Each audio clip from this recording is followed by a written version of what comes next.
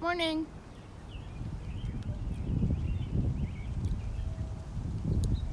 How are you? how was your sleep last night? Mine was okay. I feel like I've been waking up midnight to some weird dreams, only to go back to bed to some more weird dreams. But I like it. I like that I'm dreaming about stuff, and I'm constantly dreaming about stuff. It gives me something to think about at nighttime, I guess. And it's cool to be aware in the dream. Like lucid dreaming, really when you become aware that you're dreaming and then you can change. I'm working on that. I'm working on that bit to recalibrate. I don't even know if it's recalibration, that's the word that I would use, but I used it, so we're gonna roll with it. I don't particularly have anything I want to say to you. I just wanted to get on here because I was making a video about something. I was just talking about oatmeal. And I was like, why don't I just do a live about me being up in the morning? How's everybody's morning routines going? Like, are we finding a good rhythm? I find mine is slowly but surely, good morning, slowly but surely sorting itself out. I'm one of those people, and I don't know if this resonates with anybody else, but I'm one of those people that really just thrives off of 8 hours of sleep. Like if I don't, let's just say I go to bed at 12, I want to wake up at 8 or 8:15 or 8:30 or 9 because I'm getting to bed later. But let's just say I get to bed at 9, then I want to wake up at 5. And same thing, like an 8-hour block is like a really good time for me. And sometimes when I'm in the heat of creating something, or I'm super stoked about like writing down everything about this program that I'm building, or just whatever's going on for me, or I'm like super involved in an amazing book, or I just have energy and I want to stay up, my routine starts to go out of whack. I'm doing this a lot. It's quite a fun little roller coaster. And I think that's maybe what I want to talk about today, is being on a roller coaster, and being on the roller coaster of moving through energetic shit, and just not even just shit, but like moving through energy and how it's being expressed in your body. For me, and again, if this resonates, great. If not, then drop it. No stress. Thank you for holding space. But to be moving through the depths of my being and to experience the intensity of those emotions that I denied for a very long time, or have been slowly but surely bringing out into light so that I can see it and acknowledge and support and show love to that space.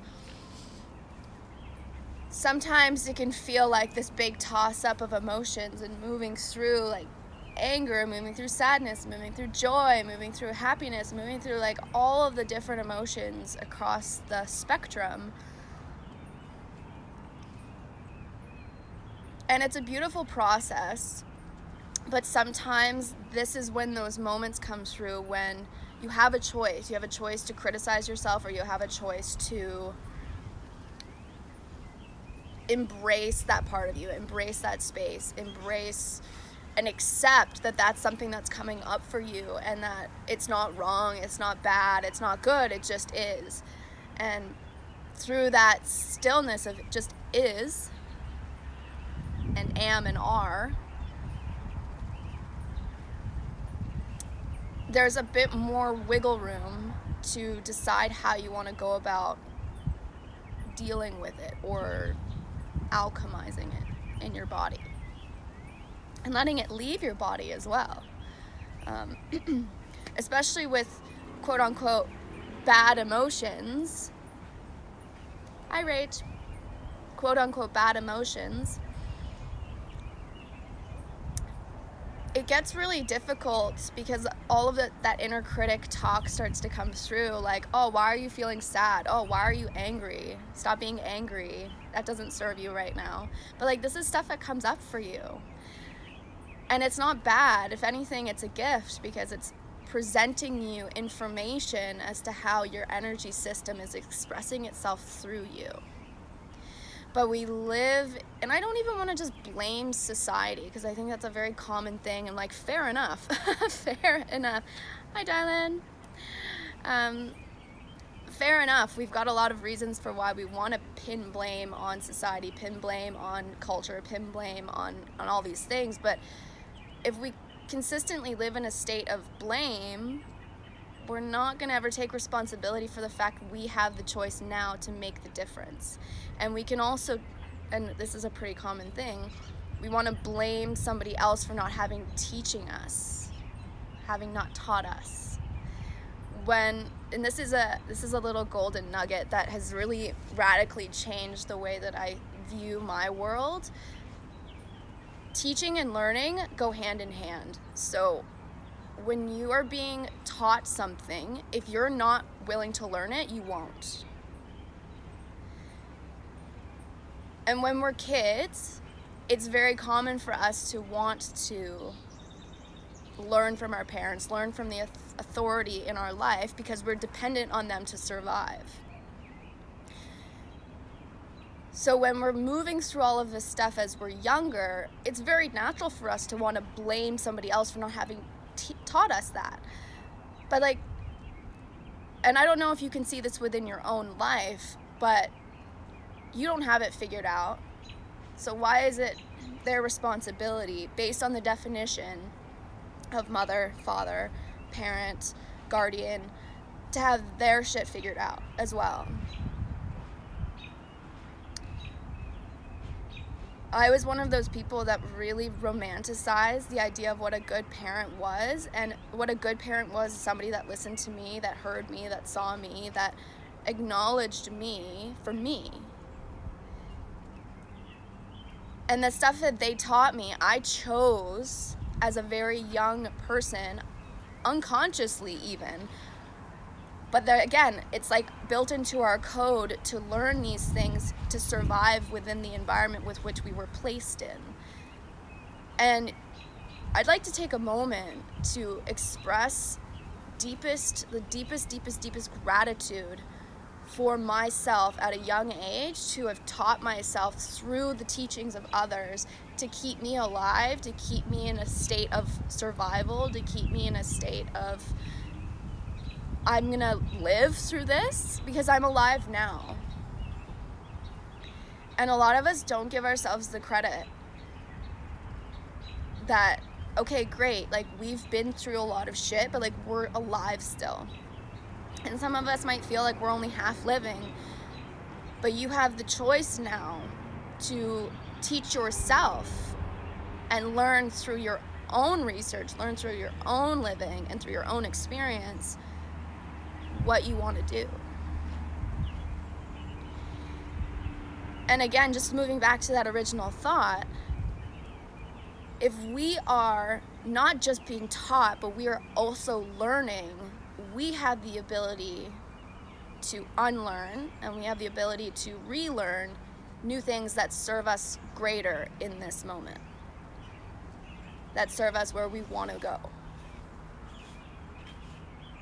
and where we want to be, who we are inside. So we can live in a state of blame, but it's only extra work for you.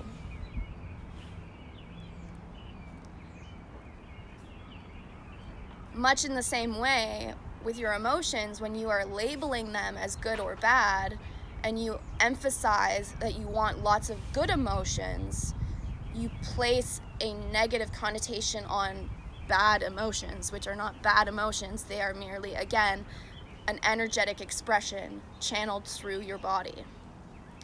Information that is so important, that is so interesting to witness within you. and provide you a cornucopia of opportunity in the present moment if you're willing to sit with yourself and say, I'm still here and I'm not going anywhere. I got you. We got each other. Because that's something that, again, I don't think we take a moment, like if we could take a moment just now to think about that, just to reflect on it and move through it. We are the only person in our entire life that has been through every single thing that we've been through. And yet we hate ourselves. Yet we criticize ourselves. If anybody else went through the stuff that we went through and they told us about it, you'd have like the deepest level of empathy for them and be like, wow, one, thank you for sharing that with me. That obviously took a lot for you. And two, like, I hear you, I support you, I am witnessing you, I celebrate you. But because it's us, we feel like we have this entitlement to treat ourselves like shit. And maybe we do have an entitlement to treat ourselves like shit, but we also have the entitlement to treat ourselves like fucking kings and queens, divine beings in this incredible walking garden. There is so much potential within us and within those bad emotions, but you're doubling up on the work because you're having to break the illusion that it's bad, and then you're also having to hold space for yourself. So lately, I've been, again, going through some really deep, intense emotions from like all across the spectrum, and they're all coming up at random times. And the center and the stillness and the alignment that I can find within that space is knowing, okay, this is coming up for me right now. I'm here for myself.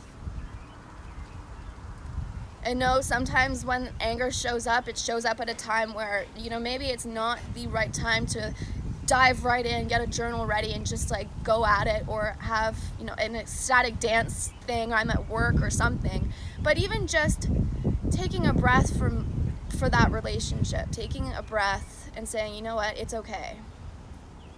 It's okay. We're okay. Everything's okay. We're gonna be fine. I don't want to repress my emotions. I don't want to repress those parts of me that, again, as I keep saying, I'm going to sound like a broken record, but having them show up, like they're showing up to the relationship. And sometimes, especially based on how we're used to handling certain emotions within other people, we might want to repress because it's a lot easier for us, because we've not learned the skill set to work through those things and to communicate with ourselves from a place of love and create those healthy boundaries with ourselves and make those promises with ourselves, those core promises that I'm going to be here for myself. And I'm not going to lock any part of myself away anymore, because it doesn't serve me and it doesn't serve anybody else. Living in that vibration of not being yourself, and what I mean by that is not having your back. Can you feel that in the collective? Can you feel in your own life the people that you know or don't know, that you witness them not being themselves, you witness their energy as something that they cannot express, they cannot communicate, they are locked away in themselves as a form of protection. And the only person that they're really protecting is themselves from themselves. Because we don't know how to trust ourselves anymore. And at one point we did. But then we were taught, oh no, that's wrong. That's wrong. That's not going to serve our tribe. That's not going to serve our family. That's not going to serve our culture. That's not going to serve society. And like, again, that goes into why we want to blame everything else. But right now, my friends, we are in a beautiful space to hold space for those parts of ourselves that, you know what? we may not understand. And it might be really fucking scary to sit there and witness. We don't know what's gonna happen. But the beauty of it is that you are with yourself and you have the ability to learn how to do that.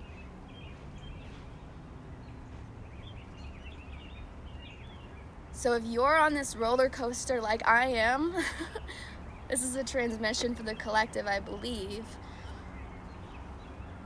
But if you're moving through this roller coaster of emotions, can you find that the joy of knowing that you're right next to yourself in that cart and you're holding your hand for that, and you're like, it's gonna be okay.